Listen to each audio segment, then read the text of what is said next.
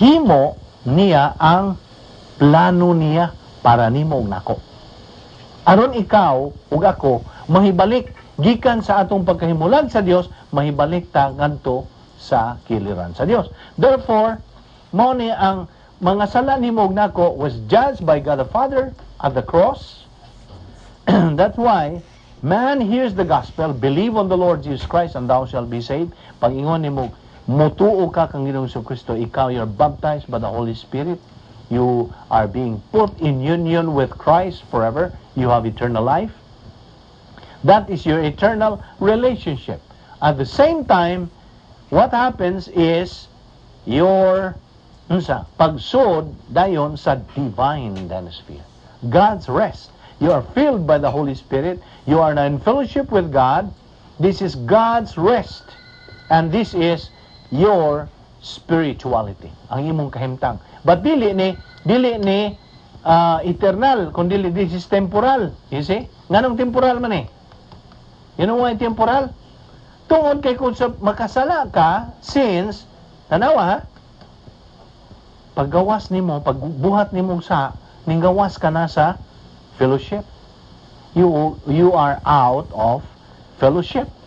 That's why, ikaw nga believer, nga niya ka, you are filled by the Holy Spirit right now. If you are filled by the Holy Spirit, you are in God's rest, the divine Dynasphere. But kung naa kay sa nga naa sa imong una-una, then you are out of this and you are called carnal in the Word of God. Carnal. And God provided you rebound, 1 John 1:9, nga ikaw makabalik diri. See? So inigawas nimo dayon, paggawas gyud nimo, pag buhat nimo sa nirakas gawas, you are under God's divine discipline. You are under discipline. So you have to appropriate rebound, 1 John 1:9. Unsay gisulti sa 1 John 1:9? If we confess our sins, He is faithful and just to forgive us our sins and to cleanse us from all unrighteousness. So balik ka dayon here, automatic na, balik ka. 100% you are controlled by the Holy Spirit. So, pag so na nimo diri, you are now walking by faith, you are walking in the light, you are walking in truth. Mao kana ang description nimo. And see, normal life of every believer is within this bottom circle. This is the upper circle. This is the bottom circle. So far, is there any question? So therefore, the Bible is a discerner of the thoughts and intents of the heart. That is the last characteristics of the Word of God. Any question so far? Okay. Karon, we have been studying the divine Dynasphere. And diha naman to itong gitun-an mahitungod sa the doctrine of prayer. And now we are in what doctrine? Faith rest drill or faith rest technique. Now, balik ta sa divine Dynasphere. Unsa to'y other names for divine Dynasphere? Let us recall, let us reverse concentrate.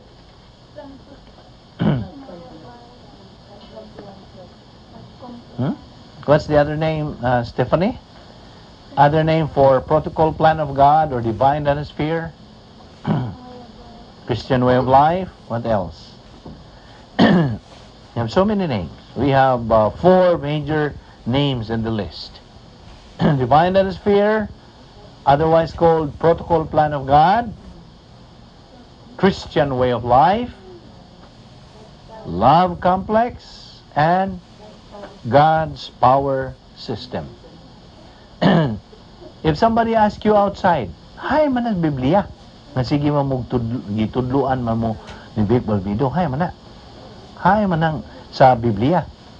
Unsa may tubag nimo? Ang divine Dynasphere is being what? Clarified in the Word of God on John 15:5. So isilsil na diha. Ibutang na sa imong kinauyukan. Kinauyukan sa imong kalag. John 15:5. Unsay gisulti sa John 15:5? Yes, I am the vine. You are the branches. Whoever lives in me and I in him shall produce a large crop of fruit. For apart from me, you can do what? Nothing. Nana, ayaw na kalimti. Outside of the divine Dynasphere, you can do nothing. Ang sabot pasabot nini. Ang nothing di pasabot diha is human good ra. Because the description of human good is nothing before the eyes of God. Nothing. So, a believer who does not appropriate the Word of God because he is negative to the Word of God, tanawa, negatibo man siya sa pulong sa Diyos, wa siya magamit siyang kinabuhing Kristohanon, therefore, kandidato siya nga miserable believer. Unsay prinsipyo nga itong yun? Life is fabulous with doctrine, but miserable, horrible without it. You see? Namuna, nga sa imong padayon sa pagpuyo sa divine Dynasphere, ang imong production is only divine good. Unsay purpose sa Dios nga iyatang buhat? Unsay tumong sa Dios nga iyatang buhat? To glorify Him, to know Him and glorify Him. You cannot glorify God without knowing Him. And you cannot know God without studying God's Word. No way. Wag yun. Manang makita nimo ang mga kadaghanan karon, bisan sa mga giingon na itong mga Christian circles. Empty. There is emptiness. Don't you know that we are in a world of emptiness? Kadaghanan karon sa mga katawhan, there is emptiness. There is a vacuum inside. A believer who is negative to doctrine, kandidato siya ng iyang kalag, empty, kabhang, waysod. Therefore, ang iyang pagkinabuhi, parihara gyud sa dili magtotoo. Parihara. So much so, nawa kay distinction, believer ba to siya? Iyang kinabuhi, mas grabe pa maniningi, unbeliever manguno na siya. You see? Mauna nga ang resulta sa pulong sa Dios. Therefore, ang imong pagkakristohanon nga nagapositibo sa pulong sa Dios, ang imong pagpuyo diha sa divine Dynasphere, you have the power, besides nga you are living inside the normal life of a believer, normal place for you to stay, then ikaw nagaproduce of divine good. Kung sabot pasabot ng divine good? Divine, kung sabot pasabot divine? Diyos nun, langit nun, good, maayo. In other words, once you're inside the divine Dynasphere, mo apply ka sa pulong sa Diyos, ang resulta, divine good. Tanawa, kanang divine good ngayon mong nabuhat, simple ba na o dagko ba na, pananglitan, I'll say to you. Hay man ka karon magtrabaho, nurse ka ba o maestra ka ba, unsay imong trabaho. Pananglitan nakakita kag may mga hugaw diha sa imong gitrabahoan. Ngayon kag, bahala ng hugawan na diha. Ano mo dihay? Ikaw may doktrina. Ang pulong sa Diyos na diha nimo. O ang pulong sa Diyos na kaingon nimo, kuha na, kay pananglitan na, makaslide na laing tao. Ang pulong sa Diyos mo ay ganoy nimo, magatud nimo sa pagbuhat. Ngadtong imong pagbuhat ngadto pagpunit ana og pagbutang nimo sa traskan, that was divine good.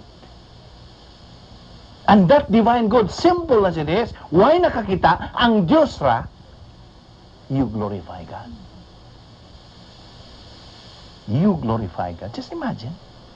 O sa imong pagbuhat nga to, ang imong divine good, ang lista dito, the value of it is already recorded dito sa langit. Na kung ikaw mo biya ng kalibutan na, ang imong kinabuhi will be replayed like a videotape. God would say, replay ang kinabuhi ni Pulano. Mo mando lang siya sa mga anghel, tingali mo yun. Sige, i-replay. Ikaw makakita. O imo ditong ibomeng siya, uy, no gusto, no? Itong higayon na, August ko, ano sa diha? Ang gibuhat to. Divine good man na ito. It glorified God. Don't you know that when you do a simple thing, nga imo ka ng gibuhat within the divine Dynasphere, because you are filled by the Holy Spirit, o kadto nakaglorify sa Diyos. Ikaw kandidato sa iyang mga reward. You see. Mao na diha nga dinhi nagaingon ang John 15:5 nga, apart from me, apart from my divine Dynasphere, you can do nothing. Balikon ako. Kung mugawas na kas divine Dynasphere, ang imong buhat, human good. Bisag kinamayuhan. Bisag adunay kas dagko nga mga pilang libo simbahan, ikaw naga-outreach, naga-witness, nangaluwas na ba imong i-witnessan? Ang ikaw, nahimo mang human good before the eyes of God. Kaya nga naman, nag-witness ka, you are not filled by the Spirit.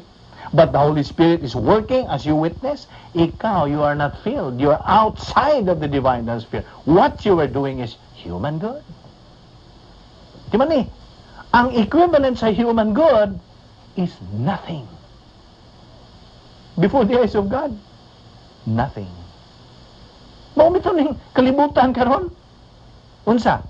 Mga congregations, mga grupo, gauna ang mga katawhan sa pag-donate. Kaya nga naman, unsa naglihok, unsa may nagkapalihok nila. Dili kay emosyon lang. Of course, emosyon ang pagbuhat o maayo aron makit-an sa kadaghanan. Anso ang kadaghanan siya, uy, bilib ko ito, takko ko ito, iyang panghatag. Iya pagkuha niyo sa pitak kami, mo niya akong donate, ha? Pilang libo. May pakpak na tao, kuyawan mo tuwa na, uy. But before the eyes of God, only ang mga tao nakakita, praise Him. But God says, pagkaluoy sa akong anak, ano yung ito iya man itong gibuhat? Nga no? Tungod kay tuwa siya sa gawas. You see? O nang importante kayo ni mga puntuha, uy, sa atong pagkinabuhay ng Kristohanon. Bisag kung sa kasimple, sa imong buhat. Basta gibuhat ni mo na inside the divine Dynasphere. O sibot pasabot sa inside divine Dynasphere. Unsa? Wakay sa. Tiyaw mo na. Wakay sa ako na ka sa suod. That is why this is the normal place for every believer. So why yung puyo diha, uy, kinarlamian diha sa suod. That is what the Word of God says. I will refresh you. God is you will refresh you kay naa ka sa suod sa green pasture. Christ is the good shepherd. Iya lang kang dadon sa green pasture, sa suod. Kaya nga naman. Kaya naa diha, unsa? Naa ka na ang, unsay bot pasabot, nga naman ning gingon maning palas. With its gates of the palace. This is your palace. Palasyo na ni mo. Giandam ni sa Dios. Giandam sa Dios nimo ug nako. This is supposed to be your palace. The divine Dynasphere. This is your palace. This is supposed to be your normal place to stay. Now, daghan mang mga tao nga wag yoy ipikto nila ni ba? Mura lagwa. Okay, so balik ta ha. The other names for the divine Dynasphere is Protocol plan of God, the Christian way of life, love complex, God's power system. Okay. Now, to the faith rest technique, nga mo, kini ang atong pagtuon. As a review, how did we define faith rest life? The faith rest life. Niya man ta sa faith rest life. Ang sabot pasabot sa faith rest. Faith rest means pagtuo nga nagdaog pahuway. Okay? Faith nga rest. Kung naa kay now, daghan man ninyo mga nurses nga kuwag tuog, no? Daghan mga nurses kuwag tuog. Gutsahay gani magduka na mo mag-drive. Kuwag tuog. Unsa may imong bation ng kuwag tuog? Correct, kapoy. Magduka ka kanunay, di ba? Unya, luya ka. Di ba? Makita nimo ang tao nga gikapoy. May pagkaluya. Kaya nga naman, kuwang man siya rest. You see? Now, I'm not pinpointing to anybody. Basing mo yung ako na po punteriya na po dini. No. This is an example. And this can happen to anybody. Now, di kita makalikay na kay mao lagi na. Ni amantanin ning lawasa. So kapuyon kita na panahon nga kapuyon ta. Now, kay kuwang man og rest ang tao, therefore luya siya. Now ang Dios nagahimo ni ining rest para nimo. Naay rest. Kung maka-rest kani ang tao, he has enough rest. Enough sleep. Unsa man ang batiyon po sa tao? Likon, askil, you see, alert siya. Dali siya makaigmat siya. Dili siya weak, he is strong. See? Mauni ang gitawag nato nga rest nga giandam sa Dios para nimo ug nako. Ang iya ra yung gipangayo, ibaw ka sige pangayo sa Dios. Dili mga dagkong butang unsa. Unsay pangayo sa Dios? Diha nimo. Pagtuo ra. Na panahon nga moabot nga mga problema sa tong kinabuhi, ang iyang pangayo niya nimo is pagtuo ra. Lean on me. Trust me. Pareha sa atong gisgutan sa mga Hudiyo in the Exodus generation, unsa? Sige lang yun sila, unsa, bagot-bot. Gitagaan na sila hingpit nga pagkaon nga, unsa hingpit nga pagkaon sa Dios, provision sa Dios. Mana, gitagaan na sila mana, bagot-bot gihapon ang mga Hudiyo. Paita niyo, mana buntag, mana hudto, mana panihapon, nanimahon tang mana. Bagot-bot gihapon. Wa matagbaw, not satisfied. Di ba nining prinsipyo din eh? There is a principle that you can get out of this. Ang tao nga dili kontento sa iyang pagkakaron, in the future, he will not be contented. Prinsipyo na. If a believer is not contented with what he has now, in the future, he or she is not going to be contented. If a believer in little things cannot handle, when the big things come, no more he cannot handle. Mao nang ang imong mga problema karon gagmay kung ikaw dili mo salig sa Dios, dili mo sandig sa iyang mga saad, then in the future nga naanay ubang mga dagko pang moabot nga mga suliran, di kanang kasugakon yan. You will give up. But God does not want you to give up. God does not want you to throw the towel, so to speak. God wants you to stand up because God is the author of winners. He wants you to become a winner. Tiyaw mo na. He wants you to become a winner. So therefore, there are only two classes of believers nowadays. Winners and losers. Nining kapunon atong tanan tong kaugalingon, hay man ta mo belong. Loser ba ta or winner ba ta? Okay, let's go to the definition of faith-rest life. Faith-rest life is the function of the Christian. Faith-rest life is that function of the Christian in which biblical promises and doctrines resident in the soul are applied to experience in part or in total. Okay? That function of the Christian. Di ba na inyong kopya? Oh, okay. So this is only a review. That function of the Christian in which biblical promises and doctrines resident in the soul are applied to experience in part or in total. And then faithless life is not limited to claiming God's promises only, but also includes thinking the divine viewpoint of life. And then the faithless life claims God's promises through faith, pagtuo ra gyud, and God's blessings through doctrine in the soul. Okay. Now, ang mga Hudiyo, yadtong ilang panahon, kanunay lagyod silang pildi. Pildi lagyod. Nahog lagyod sila pagka losers. Silang pagka Kristohanon. Nidawat na sila ni Kristo, ug luwas na sila. That's the Exodus generation, about 2 million of them, nga ning gawas from the bondage of Egypt, and now they are out of the bondage and they are free. So, libot-libot sila sa kamingawan. In how many years? Galibot-libot sila? 40 years. Galibot-libot sila. O ang Diyos, wa gyud mapakya sa ang provision nila.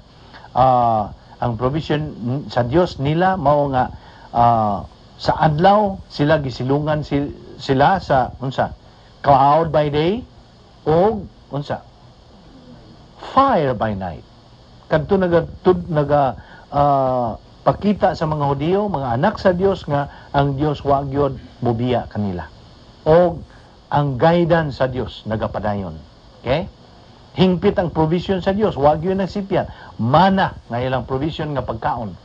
Tanan nga ilang gikinahanglan na tanan. Hingpit ang provision sa Dios. And yet, ang mga Hudiyo, bagot-bot gihapon. Bagot-bot gihapon. Bagot-bot pag yung bagot-bot. Ang tod nga si Moises ila nagyong basol nganong gi dalam minimo din hinapita Moises nga wa man day tubig. Why tubig? Just imagine, there was no water for the congregation.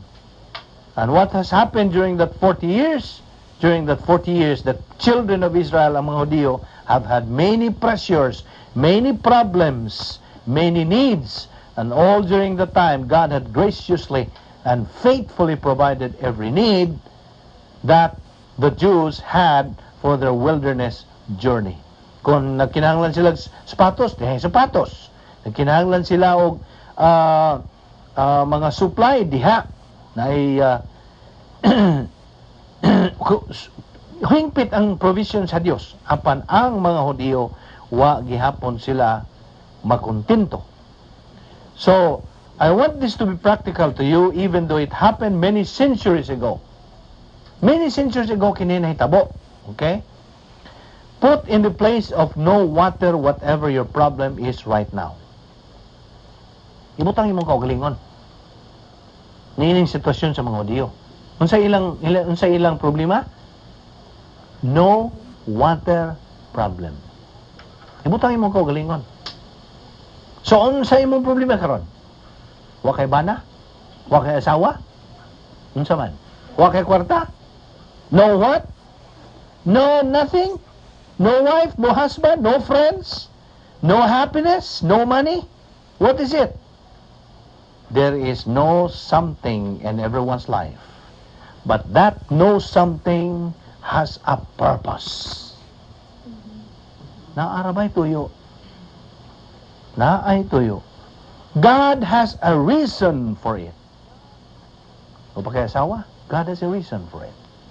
O kay bana? God has a reason for it. Okay? Follow me very well. He says to you through that know something, nga imong gituan, you think you lack, sa isulti sa Diyos, dihan mo. Will you trust me?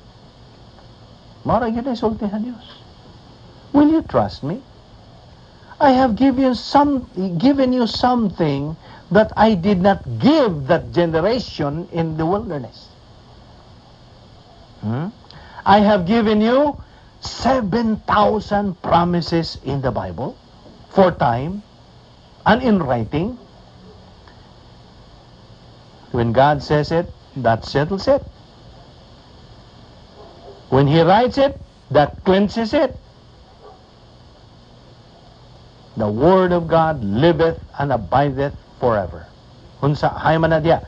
Sa 1 Peter 1:23, the Word of God liveth and abideth forever.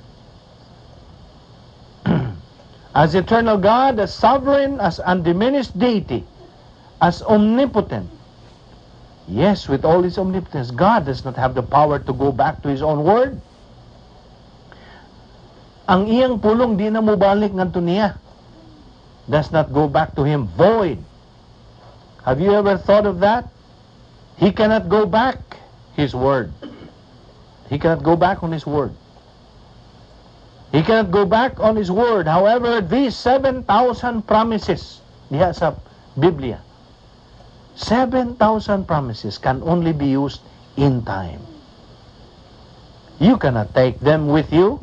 There are many promises for eternity, such as, unsa, Philippians 3:21. Ablihan na itong Biblia. Philippians 3:21. Unsa gisulti diha? We are talking about what? Philippians 3:21 is only one of those, unsa? Mga saad sa Diyos.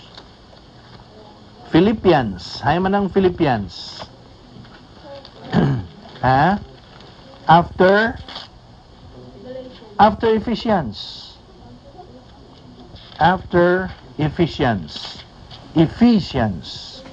Philippians ang akong ipangayo. Philippians 3:21. Sa gisulti diha. 3:21.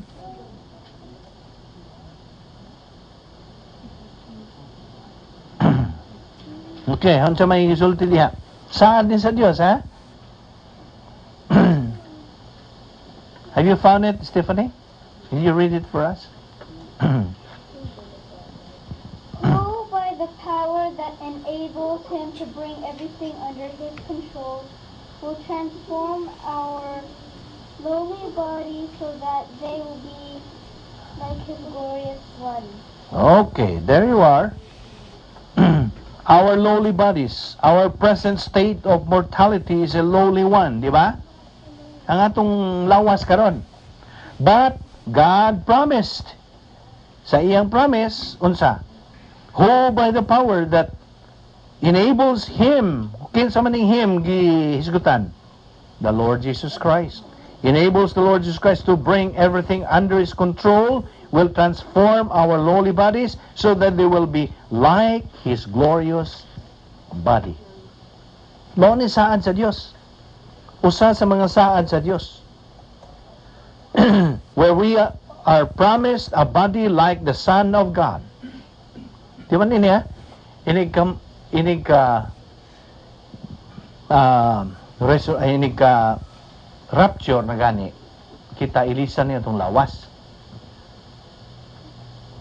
Gikan sa lawas nga mamatay, ngadto sa lawas nga di na mamatay.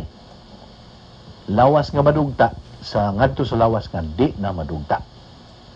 Tiyo mo na how amazing it is. Di ba mo mag kanang na excited niya na? Ini ka-rapture, ini kamatay na to, kining atong lawas nga sige na tong ligo, sige na tong unsa, punas-punas kada adlaw. Sige butang na tong unsa, sige pintal na to diha. Kini pulihan ni, ilisan ni sa Dios. Ilisan kini og the Bible is silent about how it describes.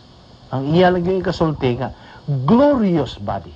Kung saan mong ma-picture o glorious body? Exactly the same glorious body as the Son of God. Exactly the same. Except, kung saan may except? Kung saan exception? Sa samad sa iyang duha kapad, iyang duha tiil, o siyang kilid. Mora na atong diferensya na to. Apan ang atong magkitaay kita dito naong, but spirit to spirit. Sa atong pakig-istorya, spirit to spirit. Mao kini ang saad sa Dios. These are some of the promises of God. We are promised a body like the Son of God. Kung sa Revelation 21:4, will you open to Revelation 21, verse 4?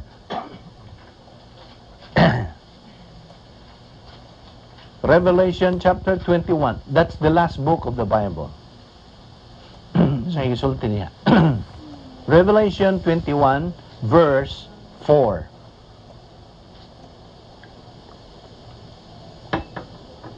Diyan, Bing, palihog Bing. He will wipe every tear from their eyes. There will be no more death or mourning or crying or pain. All other things have passed away. There. Is it that exciting? Neither, there shall be no more death, neither sorrow, nor crying, neither shall there be any more pain, for the former things are passed away. Wala na mga riyuma. Wala na dito. Old things are passed away. There is the promise in heaven of a mansion. Hay man mo makita. John 14:2. Nabrihin sa John chapter 14 verse 2. John 14:2.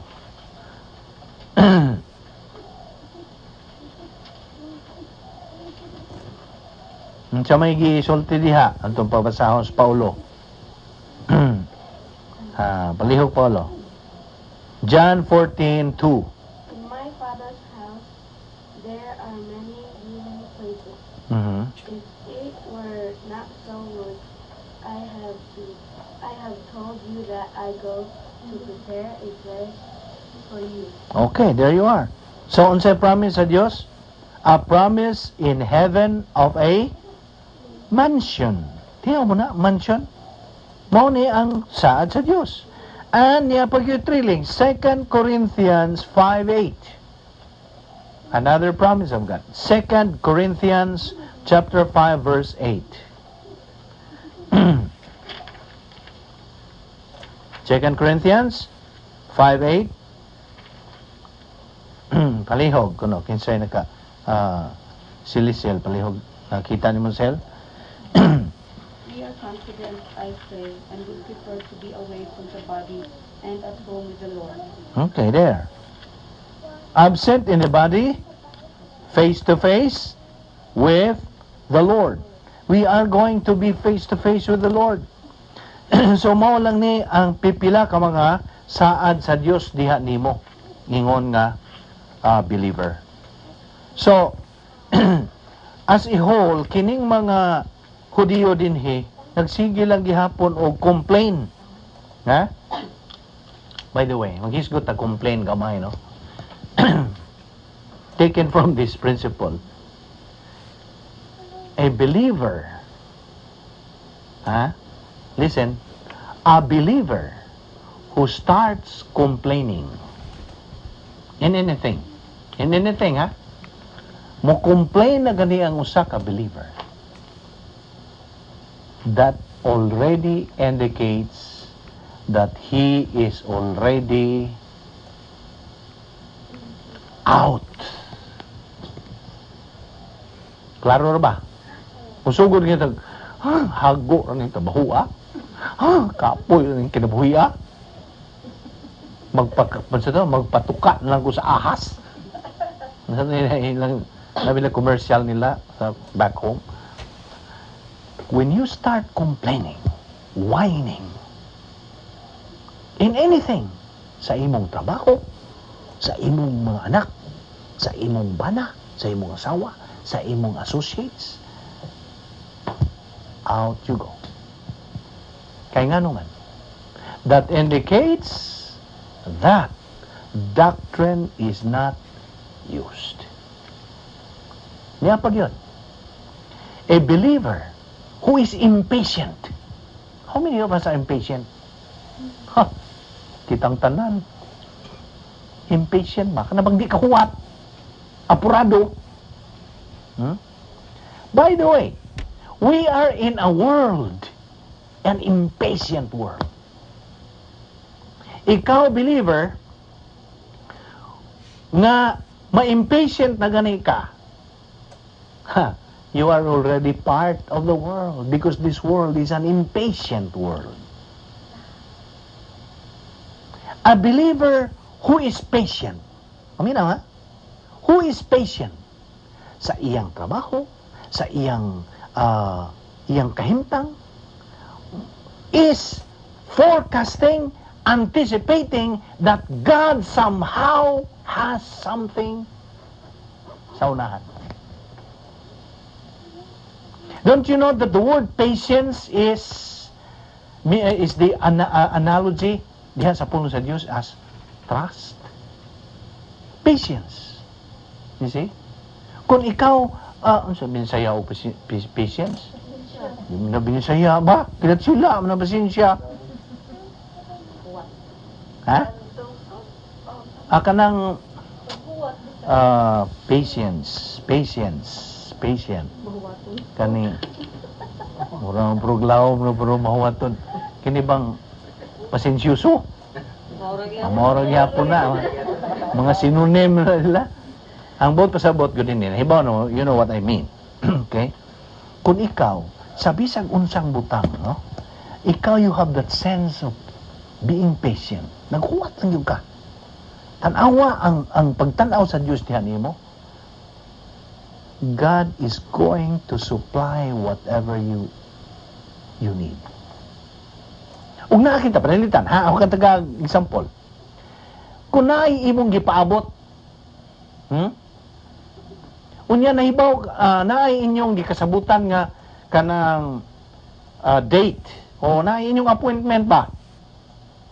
Unya, sabot ha, mapuhon sa mga alas 4, kinahanglan adto mag-abot kita kadto. Okay? Unya, dito na ka sa inyong appointment, wa pa man mo abot, ang imong kasabot. Dun sa may imong bation. So good ka na, correct. Bagot-bot, mao na sila, bagot-bot unsa? Impatient. Sige, usahay sige na gaya oy. Puyaw yung paabot ba? Daghan naman mga tao nga dili kahuwat gyud. Kana bang kanang say nga na o lagi impatient lagi, correct. Kanang yeah, correct. Mauro man na sila magbagot-bot na ni ka. Impatient na ka, magbagot-bot yung ka. Mauro na sila mauro na sila. Chain reaction ba? Oh. Now, tanawa nga, as we have said, the principle is we are in an impatient world. Now, if you as a believer become impatient, then you are participating in this kind of world which is impatient. A believer is not supposed to be impatient. He is supposed to be patient. Kaya nga naman, unsa man indication sa usa ka believer nga pasensyoso. Ato na lang gamiton. Pasensyoso. Tanawa ang iyang nature sa iyang pagka-Kristohano, niyang pagkatao. Naa siya barog. He has the composure. He has the stability. He has the anticipation. He has the hope. Tanawa, na siya courage. And he is convinced that God is not going to fail him. Never. Na siya mapaabot. Muabot yun na. Now, niyan na po ng punto. Huwag di mo abot. Saan naman ay musulte? Huwag di mo abot yun. Correct. Tanawa, huwag di mo abot. Ang among iyo. Ingon man ka nga, huwag di mo abot. Pasensya. Unya, ingon ka ba nga mo abot yun? Huwag di mo abot. Natural, may impatient ako. Aha, lain na po na yung punto. Pag abot na diha, sa gisaad sa Diyos nga, na ako'y ihatag nimo. Kunya, di yun mo abot. Ang mo yung bagot-bot ka sa Diyos. Yung kang imong yung ipabot. Mabot yun. Kuha man lagi. Aha, mo yung ng Diyos. Dili pa panahon. Kay kung awang ihatag nimo karon, wa pa kay capacity, you will become miserable. That is why, wait. Kay naay akong gitagal nimong perfect time.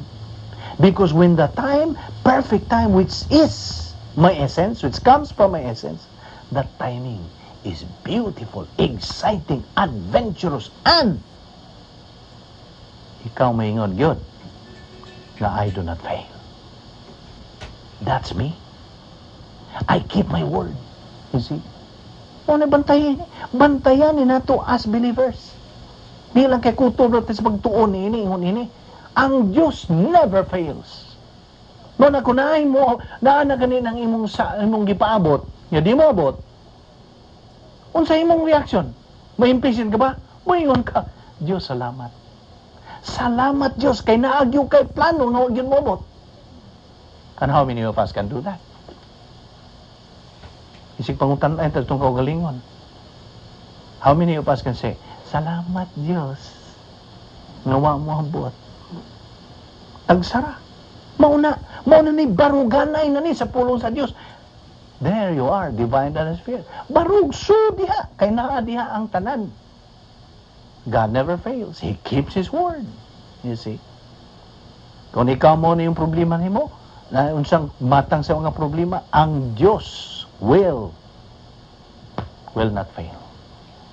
No na nga, gikinahanglan ang atong pagtan-aw nining kahimtang sa mga Hudiyo, ng mga impatient, mga bagot-butan, mga unsa ni?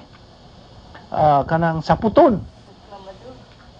Ang pulong sa Dios, ang original na ba sa sapot is thomos.